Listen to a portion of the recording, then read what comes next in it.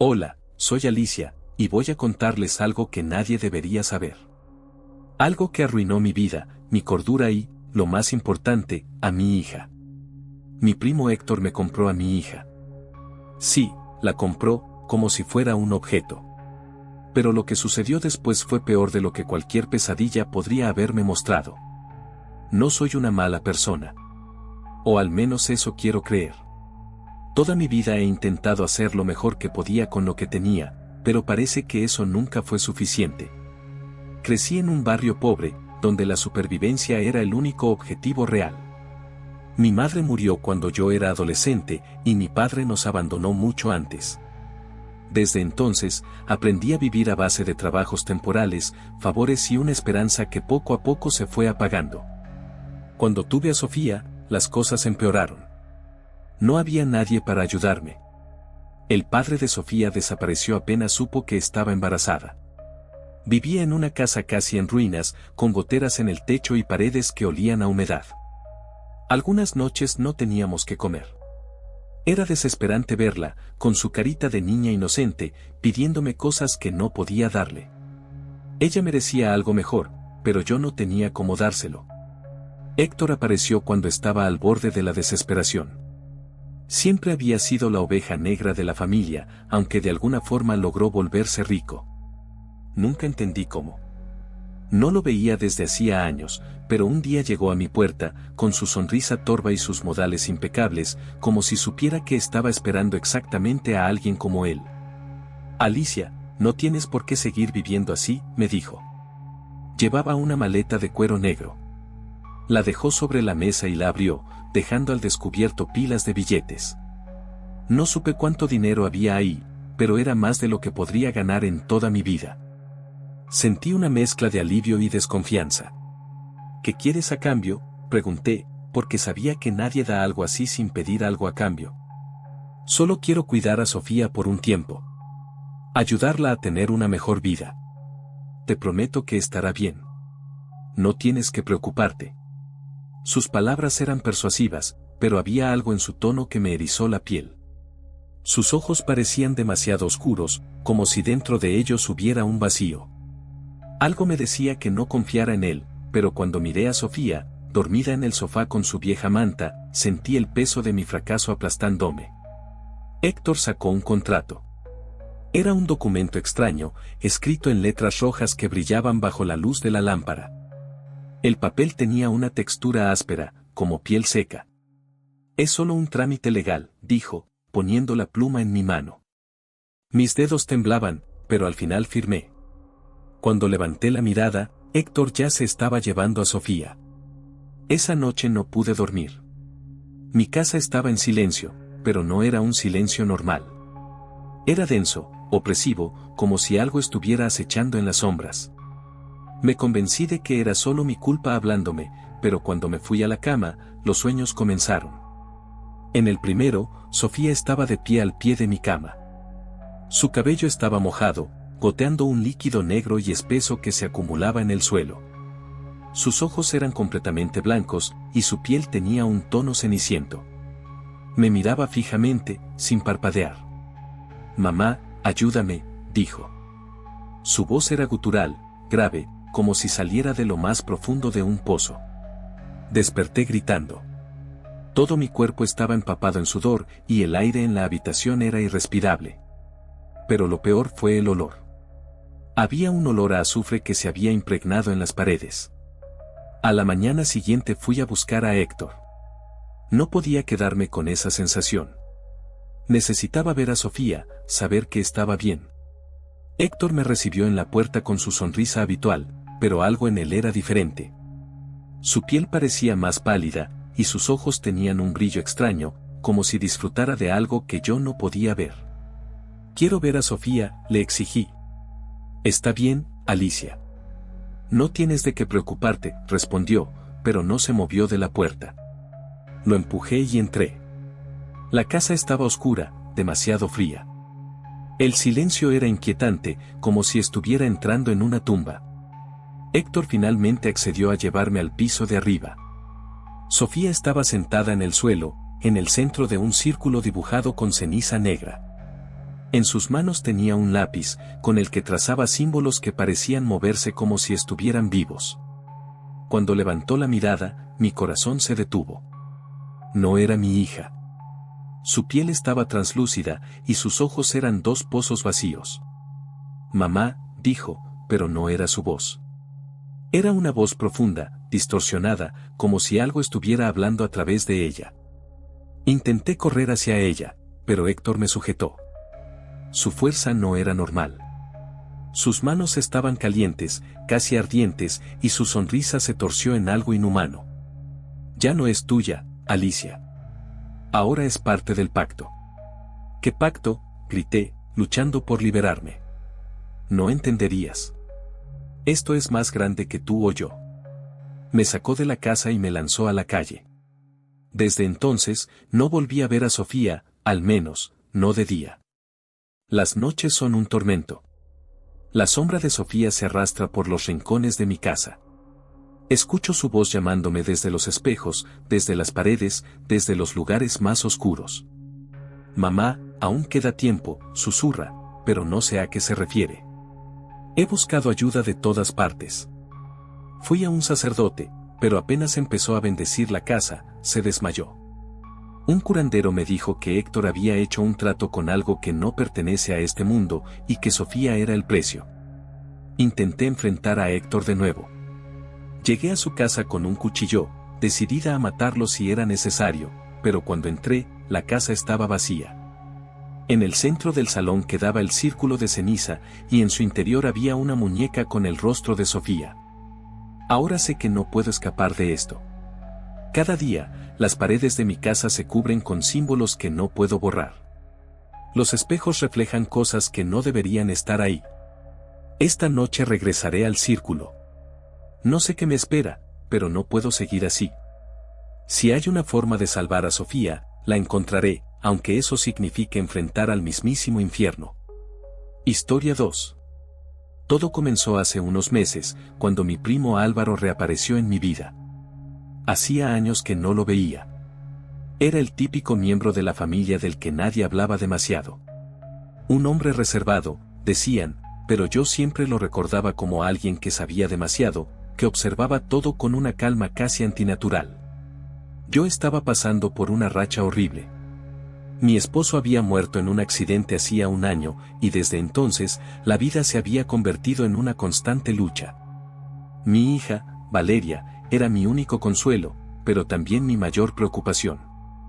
Apenas podía pagar el alquiler, y no había noche en que no me desvelara pensando en cómo la sacaría adelante. Álvaro apareció una tarde, sin previo aviso, con su porte elegante y esa sonrisa extraña que siempre me había incomodado.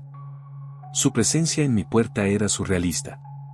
No éramos cercanos, y no entendía por qué había venido. Camila, supe lo que pasó con tu esposo.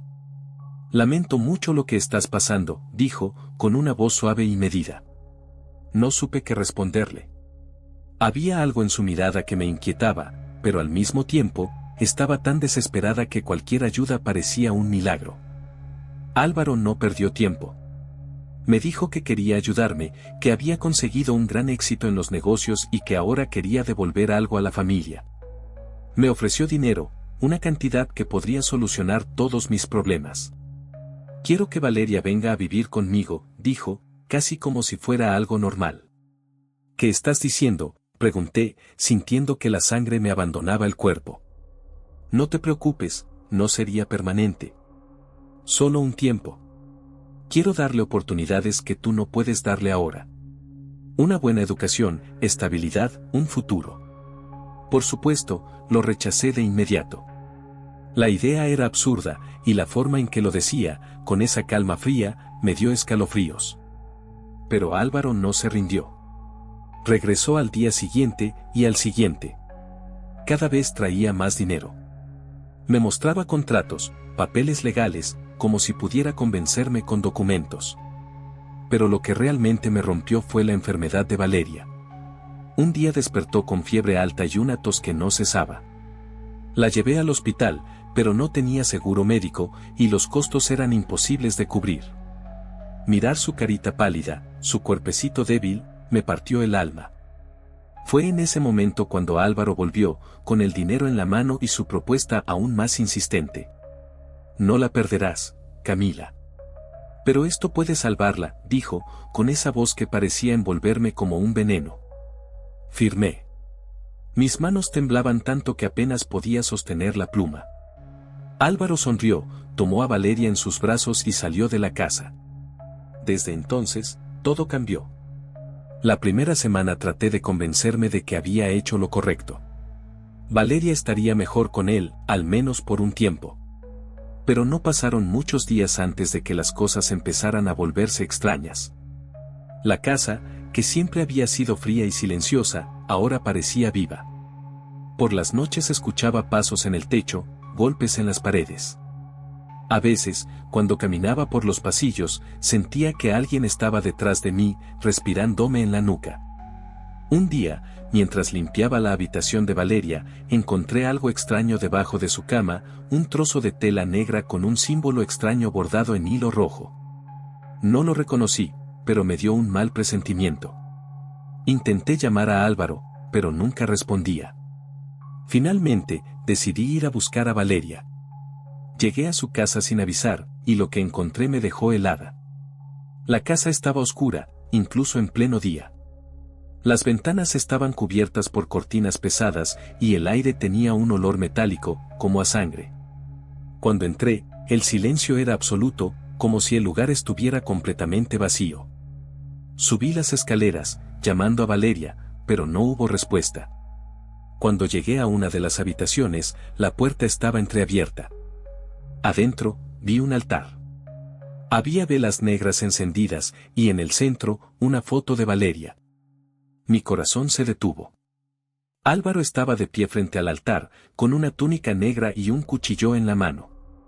Su rostro estaba cubierto por una máscara extraña, pero lo reconocí por su postura, por la forma en que giró la cabeza hacia mí, como si ya supiera que estaba allí. Llegaste justo a tiempo, dijo, quitándose la máscara. ¿Dónde está Valeria?, grité, sintiendo que mi cuerpo entero temblaba. Está bien, Camila. De hecho, está más allá de bien. Está destinada a algo mucho más grande. Tú nunca podrías haberla preparado para esto, pero yo sí. No entendí al principio. Mis pensamientos eran un caos. Intenté acercarme al altar, pero Álvaro levantó el cuchillo y me detuvo. No puedes tocarla. Ahora pertenece a ellos. Fue entonces cuando lo vi. Valeria estaba sentada en el suelo, detrás del altar, completamente inmóvil.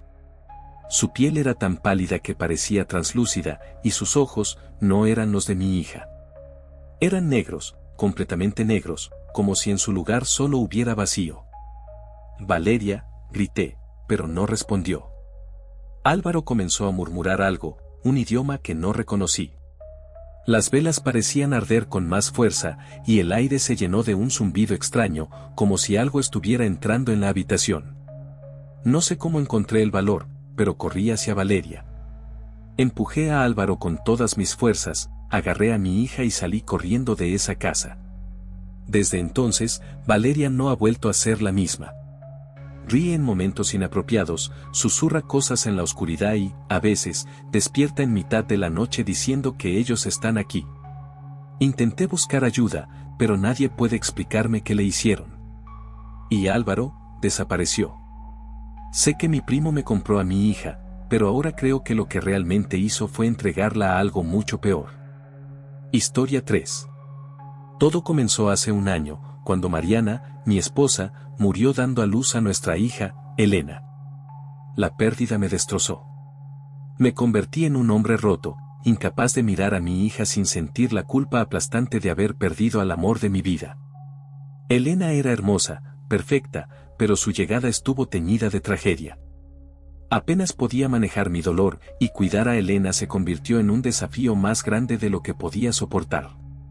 Fue entonces cuando apareció mi primo Raúl, el mismo primo que no había visto en años.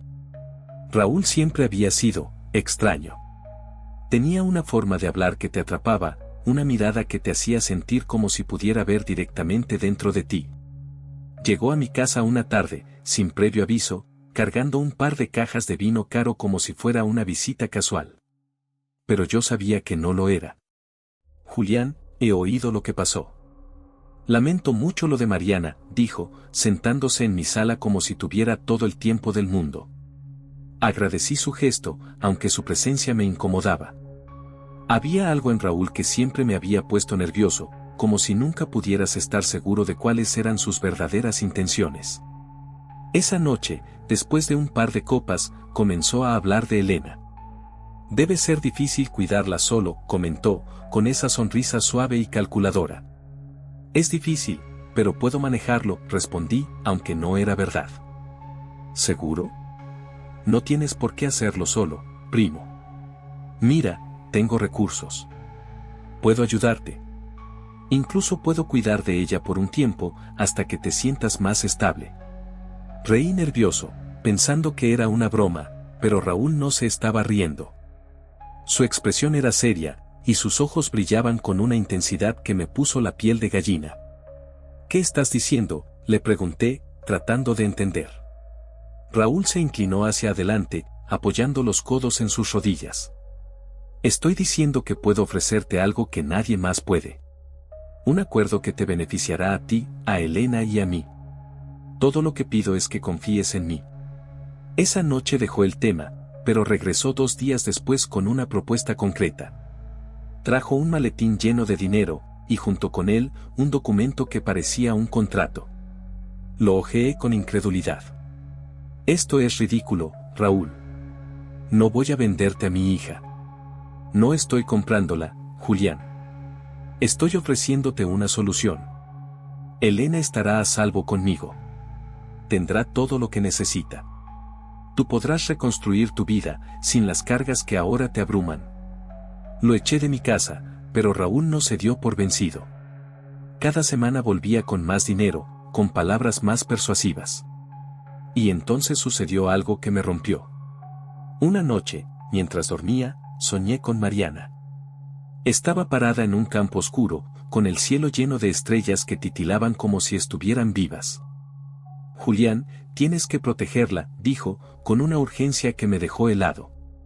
¿Protegerla de qué?, le pregunté, pero no respondió. En lugar de eso, sus ojos se llenaron de lágrimas, y me señaló algo detrás de mí. Cuando me giré, vi a Raúl, de pie, sosteniendo a Elena en brazos. Pero no era Elena. Era algo que llevaba su forma, con ojos completamente negros y una sonrisa que no pertenecía a un bebé. Desperté sobresaltado, con el corazón latiendo a 1000 por hora. Desde esa noche, empecé a notar cosas extrañas. Elena lloraba durante horas, como si algo invisible la estuviera molestando. Los juguetes de su habitación se movían solos, y en las paredes comenzaron a aparecer marcas, símbolos que no podía borrar. Intenté contactar a Raúl, desesperado por respuestas.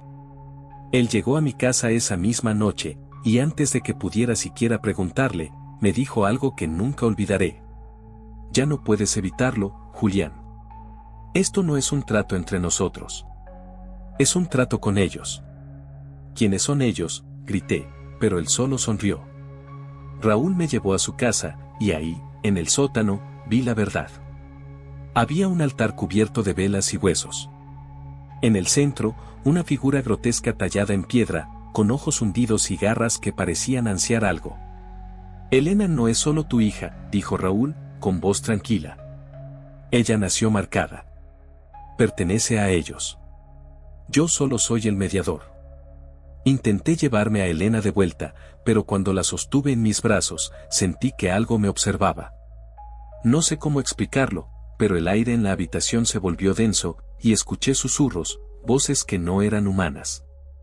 Raúl se quedó parado, mirándome con esa sonrisa que nunca abandonaba su rostro. No puedes escapar de esto, Julián. Esto es más grande que tú. Hice lo único que podía hacer. Tomé a Elena y corrí, sin mirar atrás. Desde entonces, hemos estado huyendo. Cambiamos de casa constantemente, pero cada lugar al que vamos se vuelve extraño. Elena ya no llora, pero a veces, en la oscuridad, la escucho reír. Y cuando la miro, hay momentos en los que sus ojos ya no parecen los de un bebé. Son demasiado oscuros, demasiado profundos. Como si algo estuviera esperando dentro de ella. Sé que Raúl aún nos sigue. Sé que ellos están cerca. Y sé que mi hija ya no es completamente mía. Pero no voy a rendirme.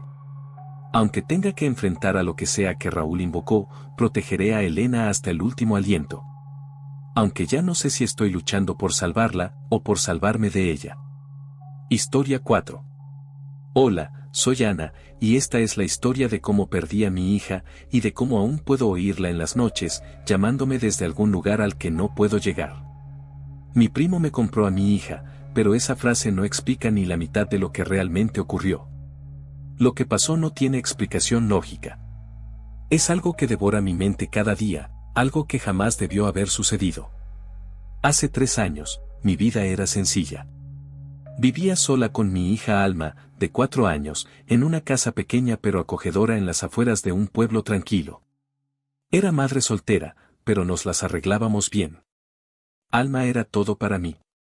Su risa, su energía, su curiosidad insaciable eran mi razón de vivir. Todo cambió el día que apareció David, mi primo. No lo había visto en más de una década, desde que era una adolescente. David siempre había sido alguien extraño en la familia, alguien que no encajaba del todo. Desapareció por años y, según los rumores, había estado viajando por el mundo estudiando cosas raras, religiones antiguas, magia, cosas que nunca me interesaron. Aquel día, llegó sin previo aviso, estacionando un coche negro brillante frente a mi casa. Cuando abrió la puerta y salió, lo reconocí de inmediato, aunque había cambiado. Estaba más delgado, más pálido, y había algo en sus ojos, algo que no era normal. Hola, Ana, dijo con una sonrisa que no alcanzaba a sus ojos. Es bueno verte después de tanto tiempo.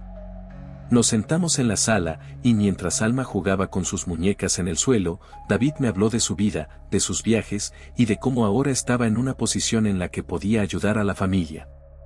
No necesito ayuda, David, le dije, tratando de ser amable pero firme. Pero todos necesitamos algo, Ana, respondió. Su tono era calmado, pero tenía un peso extraño, como si supiera algo que yo no. Y creo que puedo darte exactamente lo que necesitas. Esa frase quedó resonando en mi cabeza, pero intenté ignorarla. Sin embargo, David no desapareció. Durante las semanas siguientes, empezó a visitarnos cada vez más seguido. Traía regalos para Alma, juguetes caros y dulces, cosas que yo no podía permitirme. Alma, inocente como era, comenzó a adorarlo. Un día, mientras bebíamos café en la cocina, David dejó caer la bomba. Quiero a Alma, dijo, sin rodeos. La taza casi se me cae de las manos. ¿Qué demonios estás diciendo?, le espeté, tratando de mantener la calma aunque mi corazón latía con fuerza. Escucha, Ana. Tú estás limitada por tus circunstancias. Pero yo puedo darle a Alma un futuro que tú nunca podrías imaginar. Dinero, educación, seguridad. Todo lo que desees para ella, yo puedo dárselo. Me reí, pero fue una risa nerviosa. David, estás loco. Alma es mi hija. Ni siquiera sé por qué estás diciendo algo así. Pero él no se detuvo. Me mostró un sobre lleno de dinero, una cantidad que podría haberme sacado de todas mis deudas, que podría haberme permitido empezar de nuevo. No es lo que crees. No es una transacción. Es una oportunidad para ella. Y para ti. Lo eché de mi casa, furiosa, pero esa noche no pude dormir. Había algo en su propuesta que me dejó intranquila, como si sus palabras fueran más que simples palabras. Días después, comenzaron los sueños. Soñaba con Alma, pero no era Alma. En mis sueños, estaba de pie frente a una puerta negra, mirándome fijamente. Déjalo entrar, mamá, decía, con una voz que no era la suya. Entonces empezó la verdadera pesadilla. Alma comenzó a actuar extraño. Ya no jugaba como antes, y a veces se quedaba mirando al vacío, como si estuviera escuchando algo que yo no podía oír. Una noche, la encontré en la sala, de pie frente a la ventana, susurrando palabras que no entendía. ¿Con quién hablas, mi amor?, le pregunté, tratando de no sonar asustada. Con el hombre que me quiere llevar, respondió, sin voltear a verme. Al día siguiente, David regresó. Lo enfrenté con todo el coraje que tenía. ¿Qué le estás haciendo a mi hija? Aléjate de ella. Pero él no se inmutó. No le estoy haciendo nada, Ana. Ella me está eligiendo. Ella es una niña. No sabe lo que está diciendo. ¿De verdad crees que eso importa? Intenté cerrar la puerta en su cara, pero antes de que pudiera hacerlo, dijo algo que me detuvo. Si no aceptas, ellos la tomarán de todos modos. ¿Ellos? ¿De qué estás hablando? Hay cosas que no entenderías, Ana. Pero Alma ya no te pertenece. Nunca lo hizo. Esa noche, Alma desapareció. La busqué por toda la casa, por el vecindario, pero no estaba en ninguna parte. Fue como si se la hubiera tragado la tierra. Llamé a la policía, pero no encontraron nada. Ni rastros, ni pistas. Nada. Días después, regresé a casa y encontré un sobre en la mesa. Dentro, había una foto de Alma. Estaba sentada en un trono extraño, rodeada de sombras que tenían forma humana pero no eran humanas. Sus ojos, los de mi pequeña Alma, eran negros como el vacío. Desde entonces, cada noche, oigo su voz llamándome. Mamá, ven conmigo, dice. Pero sé que si la sigo, nunca regresaré. David no ha vuelto. Pero sé que está ahí fuera, esperando, observando. Y sé que mi hija ya no es mi hija, sino algo mucho más oscuro, algo que ellos convirtieron en suyo.